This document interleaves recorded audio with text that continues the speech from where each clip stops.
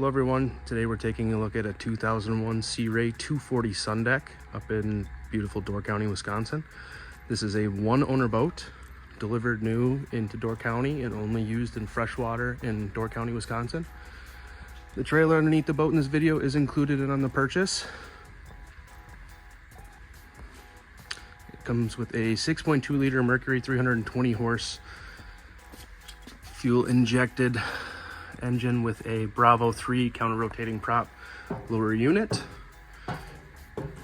The interior is in fantastic shape. No rips or tears in any of the upholstery. It does have carpet throughout, a Garmin nav, Raymarine VHF, about 660 hours. It does have a head compartment